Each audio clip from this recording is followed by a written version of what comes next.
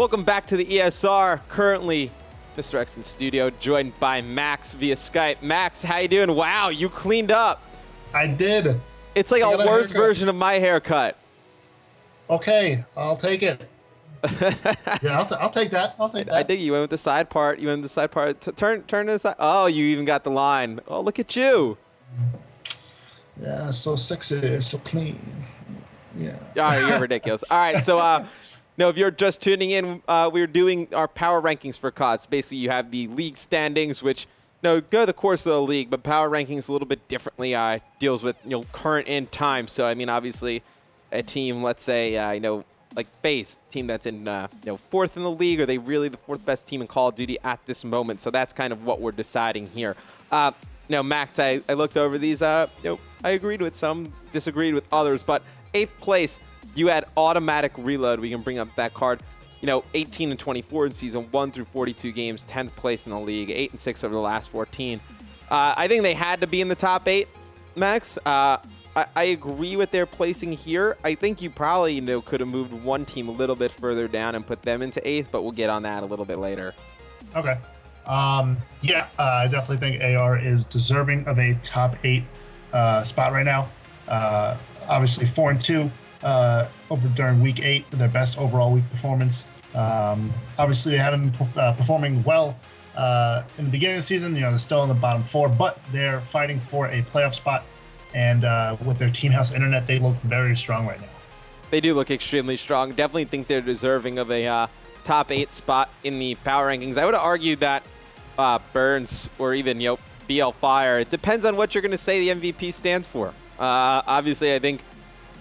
Most valuable player, I think, Burns probably takes a little bit over that of Wheats. Wheats is just new to the team. A lot of that stuff probably came with Rise Nation. I could even argue that BL Fire probably, that's the player to me who makes the biggest difference for this AR team. When he plays bad, they keep playing bad. Played very well at Orlando. Led them to, obviously they had a decent placing at Orlando, but they finished tied for first in overall KD, I believe, with Optic Nation and Optic Gaming. Yeah. BL Fire is definitely the key. In the halfway through the season, I remember we noted that he was actually the worst statistical slayer. Yes. In season 1. He had the worst. He has the third worst KD. Right, third worst KD. And like 39th, I believe, in kills per respawn. So numbers show that when he doesn't perform, the team's not gonna. I think Burns has been playing. The only 2 players I think that are worse stats-wise slaying department than BL Fire, I believe, were Felony and Censor. So right. Yeah, so BL Fire struggling a little bit. Team Envious, you had in 7th, 1921 in season 1 through 40 games, struggling over their last 12, 5 and 7 since week 7.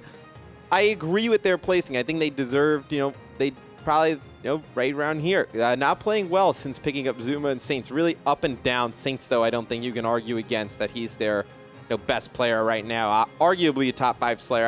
I think that could be argued because if you're a top 5 slayer, your team should be winning consistently, although they're not struggling in respawn. But Saints with a 1.12 overall. Struggling in that search and destroy, though, 21-28. Yeah, Envy's kryptonite right now seems to be search and destroy. But Saints, got to keep in mind that Saints kind of inherited Envious's record being traded from Denial. When he was on Denial, they were second place, performing very well. But Saints, for me, is a person who consistently performs online, consistently performs at LAN. But, we still have to wait to see how this NV roster performs online. And a little more online. We got the qualifiers coming up this weekend for U.S. Regionals. But, yeah, Saints have been a standout player for me. Coming season 1 playoffs and COD champs, how do you think this team performs on LAN? I can't see them, placing outside of the top 4 to 5. Just kind of off a gut check feeling. I'm not sure that when it would come to a LAN event that there's 4 to 5 teams better than them, but going on online definitely it definitely looks like the spot for them in 7. Yeah, when you have veteran players like Merc and Nameless. And explosive players like Zuma and Saints, I really think this team will definitely a top 4 team, and even potentially maybe a top 2 team, depending on how their bracket works, especially regionals and champs. But I'm excited to see how this team performs. I know when we looked at it in the beginning when they made the trade, Clay and Cap for Zoom and Saint, everyone kind of said, hey, Envious got the better end of that trade. But obviously, Denial's still performing very well with JCap and Clayster. But Zuma and Saints have just been, regarded as higher caliber players in AW so far. So I'm really excited to see how Envious performs at LAN. Something I think that's going to be interesting to take note of coming champs time. Don't think it's going to be really an issue at season 1, but champs, well, it could be an issue season 1. Struggling in S&D, they're 21 and 28. Mert came on, said they're struggling on how to play S&D. One thing I would always keep an eye on. It's going to be Zuma's first COD champs. Always a little bit of nerves. Struggling in S&D, that's the game mode. That's 2 out of 5 series.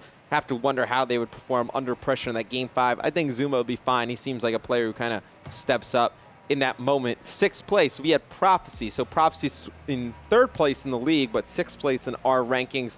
26 and 16 in season 1 through 42 games. Only 2 games left for Prof. 7 and 7 over the last 14 games since week 7. 2 and 4 performance in week 8. No, I think this is a team that's definitely struggling right now. Going off of their season 1 roster, doesn't look like they're going to be together for champs. So can't really rank them based on their champs rosters. But in the season with this roster, I definitely think they're sliding a lot. Yeah, like you said, can't really count champs rosters, but champs rosters are affecting this team. Embos and Ricky, there's a clash between them. Legal and Fears are kind of the new duo on the scene, performing very well this season. But I think it was announced today officially that they will be teaming with Perplexed and Vexed with Stunner Gaming at regionals and for the online qualifiers. So there's a rift between all 4 players essentially. Like I said, 2 and 4 performance during week 8 caused them to drop out of 2nd place into 3rd. But they're still performing very well in game mode, especially uplink. They're 24 and 11 in uplink, and Fears is still a breakout player. Breakout player in the light of that. I don't think anyone expected him to perform as well as he's doing. Despite the roster changes, he's still got a 1.04 overall KD that leads the team. But their overall performance the last 2 weeks definitely cost them a slip in the power rankings, in my opinion. Definitely going to be looking to see how they play come Season 1 championship, Season 1 playoffs. It's going to be very interesting, that dynamic in the booth to look at, because this is a team capable of, finishing 2nd or 3rd. But are they really going to be into it playing with players they know that in 2 weeks, past that, they aren't going to be playing with? I thought they lost a lot when they lost Parasite, this team, just from a leadership standpoint, and then also you're asking Legal and Fears to pick up a lot of that work. Legal and Fears, they're 2 of the obviously better players in Advanced Warfare up until this point. I know playing phenomenal online and at LAN, but I think you asked them a lot to step into that main Slayer role. Yeah, especially Legal, who's really been thrust into the spotlight during AW. Had some strong events in Ghosts with Erupt and Denial, but they asked a lot for him. For season 1, especially, they placed 3rd at Columbus. Obviously faltered a little bit at Orlando, placing top 12.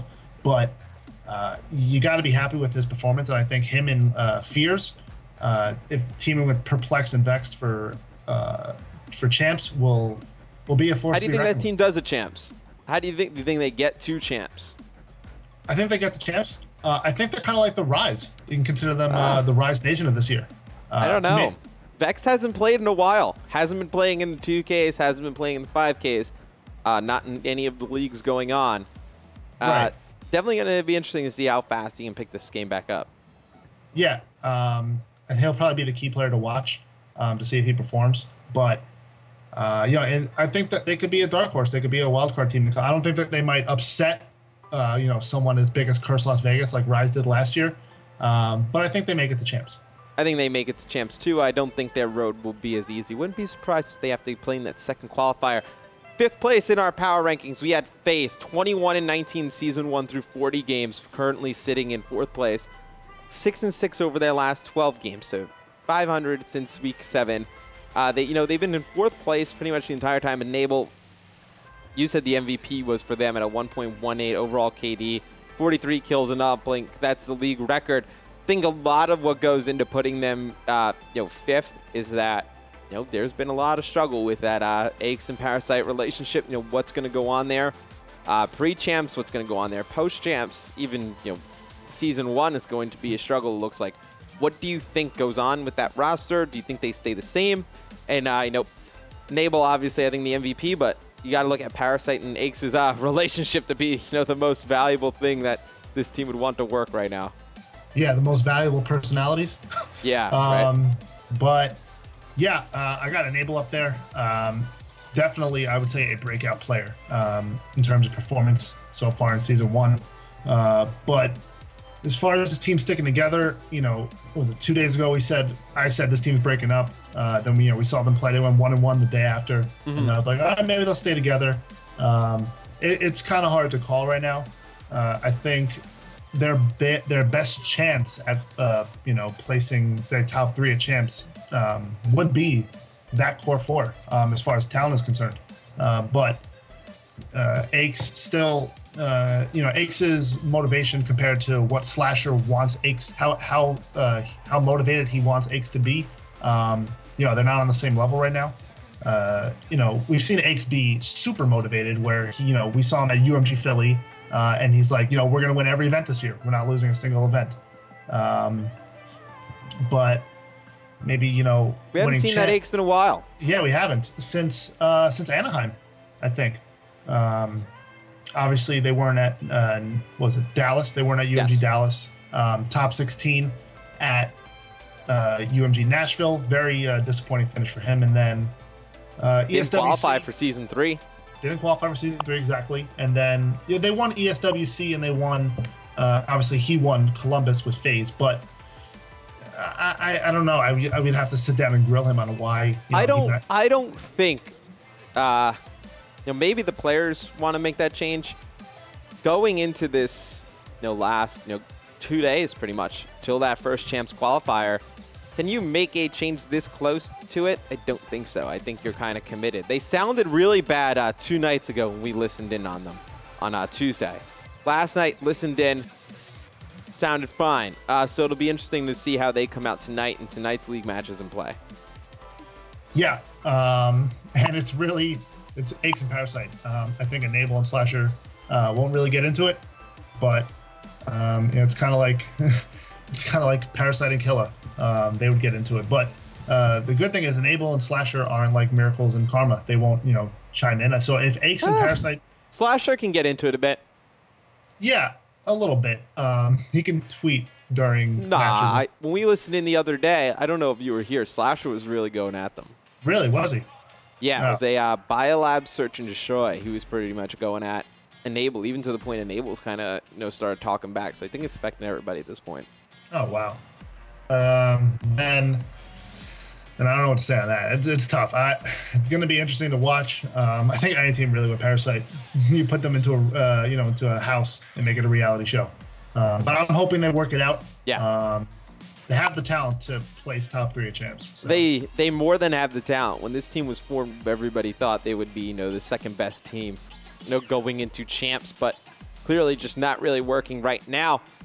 Number 4, we have Team Caliber, who's been playing very well as of late. 20-22 in Season 1 through 42 games. It's good for 6th place, but 11-5 over their last 16 games since Week 7. They've been absolutely tearing it up. Where they are in the bottom 4 pretty much the entire season until that Week 7 max. Looney absolutely crushing for them right now. He's got a 1.10 overall KD, leads their team, and then he's positive in every game mode. 1.06 in hardpoint, 1.10 in S&D, 1.12 in uplink, and a 1.16 in CTF. No, I think TK and FaZe, even though TK's been playing really hot lately, I think they could even be flipped, and I'm going to tell you why. I think the play of Goon lately scared me a lot. Really? Watching Goon up and down, finished an S&D Game 5 yesterday, 0-7. They're going to need to get him going if they're going to win consistently on LAN against, some of these top-tier teams. Yeah, Goonjar's up and down play definitely is an exclamation point for me. He's kind of the catalyst, I would say, for that team. When he gets hyped, Theory gets hyped, Sharp gets hyped, and then everyone, they all start performing very well. But, we know Team Caliber perform well on LAN. Looking at 3 members, Sharp, Goon, and Theory, who've been on there, I took a look at Looney, and Looney had big shoes to fill. He had to fill Nezlo's role, who Nezlo was arguably the best player on Team Caliber in Ghosts. Would you agree with that? The way I'm looking at you would tend to not agree with that. Really? I thought Goon was really good at Ghosts. I thought Goon was really good at Ghosts. Nezlo, towards the second half of the season, that could be argued. I thought Goon, though, from start to finish, was very good at Ghosts. Well, remember, TK plays second at Philly with Clay, and Goon, and then, what was it? They got top 16 at Champs. With Formal. And then, with Formal, right. And without Nezlo. Nezlo's a huge part of TK. I'm not going to say he wasn't. Yeah, Nezlo's a great player on all game modes. It's might be actually, you would have given me a better argument if you just said that the reason why they kind of stink on Search and Destroy is because they don't have Nezlo anymore. Okay, yeah, well, that probably would have been your better argument, I think. Yeah, Nezlo's a great S&D player. Yeah. But just looking at Looney having to, step in as a new member and perform as well as he's doing, he's a big reason why they went 6-0 during that week 7, and they were able to get into the top 8, and he's a big reason why they're going to possibly qualify for playoffs. Oh, I think this team definitely qualifies for playoffs. They've been playing too well lately. They have some tough games left, but I definitely think they make it to playoffs. One thing I would also kind of note, always keep in the back of your mind, Sharp, obviously playing some of the best COD of their careers, but does obviously living in the team house changes their gameplay drastically. I mean, they go from a team that was struggling online to playing well online now, but have they gotten away with some stuff online that they won't get away with at LAN?